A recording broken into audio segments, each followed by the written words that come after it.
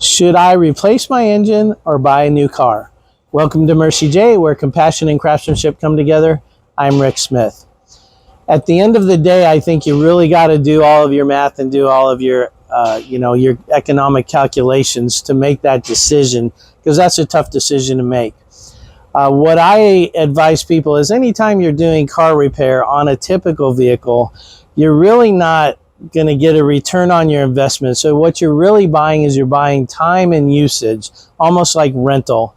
So if I do a major repair and I calculate how much is that going to cost me per month by the time I decide to get rid of the car, and if it's less than car payments and that sort of thing, then maybe it's a good decision.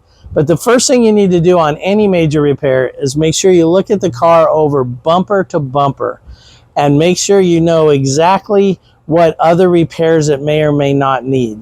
Because if you're going to do an expensive repair, you should probably get the whole car up to speed, so now you have a long period of time that you can use it for. So get all of your data, put all your prices together, and guess how long you're going to be driving the car, and then work it out per month, and then see if it's better to buy something else or to go ahead and fix what you got. So there's a lot of things you gotta check all your variables there, and so get good counsel from a lot of people. I hope that's been informational to you, and until next time, safe travels and blessings to you.